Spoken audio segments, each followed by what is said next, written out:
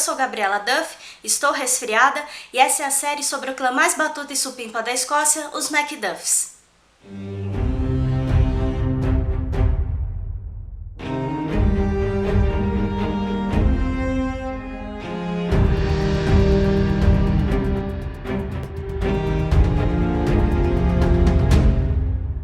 Pois é, eu tô fanha, tô falando estranho, mas esse é o único dia da semana que eu tenho pra gravar, então vai ter que ser assim mesmo. No vídeo anterior, nós conhecemos Kenneth MacAlpin e Constantino II, os reis da Escócia que fazem parte da origem do clã Macduff. Ambos enfrentaram um terrível desafio, a ameaça viking. Hoje vamos conhecer algumas curiosidades sobre o clã, dentre elas os Tartans, que é uma coisa que eu acho que desperta bastante interesse nas pessoas pelo mundo inteiro. Existem diversas especulações sobre o fundador oficial do clã. Pode ser o rei Duff, pode ser até mesmo a rainha Gruach, a neta do rei Kenneth III, mais conhecida como Lady Macbeth. Mas sobre ela, vamos falar semana que vem.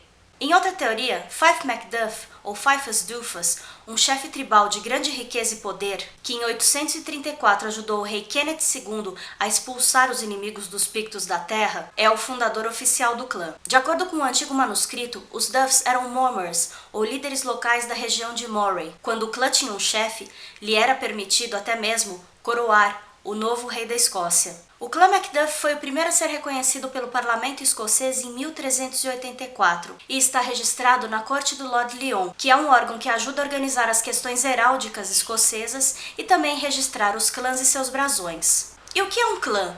Um clã é nada mais que uma família, um grupo de pessoas unidas sob o mesmo sobrenome ou sob o mesmo líder. A palavra clã deriva da palavra gaélica kin, que significa filho ou criança.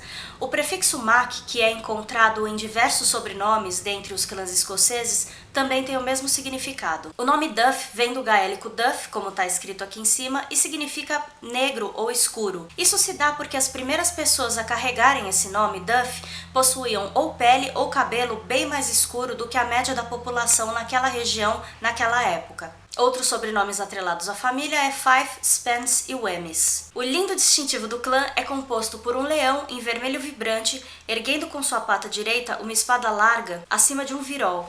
Um virol é uma espécie de tecido torcido ou trançado. No aro do distintivo, o lema ou grito de armas Deus Juvat, que significa Deus ajuda ou Deus cuida. A residência principal dos Duff era a cidade de Kirkcaldy, em Fife. Mas talvez o que desperte mais a curiosidade das pessoas é o tartan. Tartan é nada mais que um padrão de quadrados coloridos e linhas entrelaçadas, normalmente tecido em lã e muito utilizado em cidades como Seattle.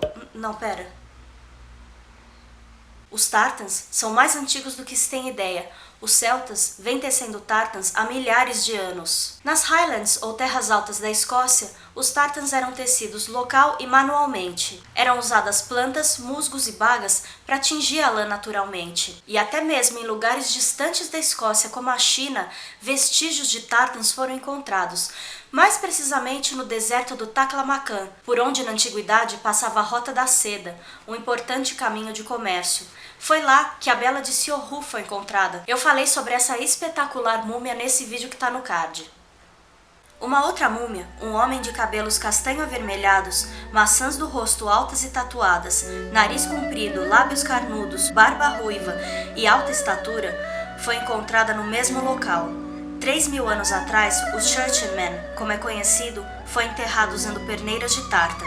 Na mesma região, foi encontrada a amostra de um tecido conhecida como fragmento Rami, com os mesmos padrões quadriculados.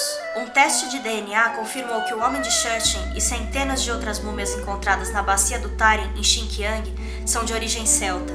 Sua descoberta fornece vestígios de uma conexão entre leste e oeste e algumas pistas valiosas para a história europeia primitiva. Os locais de sepultamento do homem e seu povo estavam marcados com dólmens, que parecem estruturas megalíticas típicas da Grã-Bretanha. Já na cidade marroquina de Volubilis, os restos de uma estátua romana de bronze encontrados podem conter a primeira representação de uma pessoa trajando tartan. Caracalla, o imperador romano do século III, se autodesignava o conquistador dos caledonianos. Um pedaço da túnica do imperador, que é representado nessa estátua de bronze, contém a pequenina figura de um guerreiro da Caledônia que estaria trajando perneiras ou meias de tartan e também empunhando um escudo de características celtas. A estátua ficava acima de um arco construído para celebrar a vitória de Caracalla. Errou! A estátua ficava em cima de um arco construído para celebrar a vitória de Caracalla sobre os caledonianos, que também não durou muito tempo. Já a primeira menção ao tartan na Escócia oficial foi em 1538.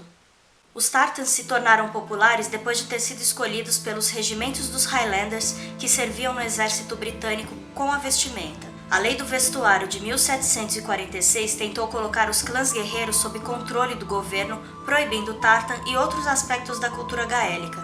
Quando a lei foi revogada em 1782, ele não era mais o traje comum das montanhas, mas foi adotado como o traje nacional simbólico da Escócia. Nesse período, muitos dos tartans oficiais dos clãs foram formalmente registrados. Cada clã tem alguns tipos de tartan para diversas ocasiões. O padrão xadrez de cada família ou até mesmo de instituições é chamado de set. Os tartans dos Macduffs, é claro, são os mais bonitos. Esse aqui, por exemplo, é o Modern, esse o Ancient, ou seja, o moderno e o antigo. Existe, por exemplo, o tartan reproduzido, cujas cores são reproduzidas a partir de um tartan desgastado, historicamente encontrados em residências ou até mesmo em campos de batalha. As outras duas opções são chamadas de dress tartan e hunting tartan, ou seja, um tartan formal e um tartan de caça. Eles são feitos substituindo uma das cores originais, no caso do dress tartan por branco ou marrom e no caso do hunting por azul ou verde. Esse é o nosso maravilhoso hunting modern e esse é o hunting ancient. Já esse aqui é o Dress Modern e esse aqui o Dress Ancient. Os tartans podem ser aplicados a qualquer peça de roupa e qualquer acessório, mas o mais comum é vê-los aplicados aos tradicionais e quentinhos kilts. O kilt também se originou das Highlands ou terras altas. Originalmente era um pedaço de tecido não revestido com mais ou menos 5 metros de comprimento. Originalmente usava-se enrolado na cintura, assim como um kilt moderno, mas o tecido que sobrava depois de ser enrolado era jogado para cima e preso com uma espécie de broche. O kilt hoje ainda é tradicionalmente usado em casamentos, jogos e festivais de dança e música. Se você gostou desse vídeo, dá um joinha, se não gostou... Ai!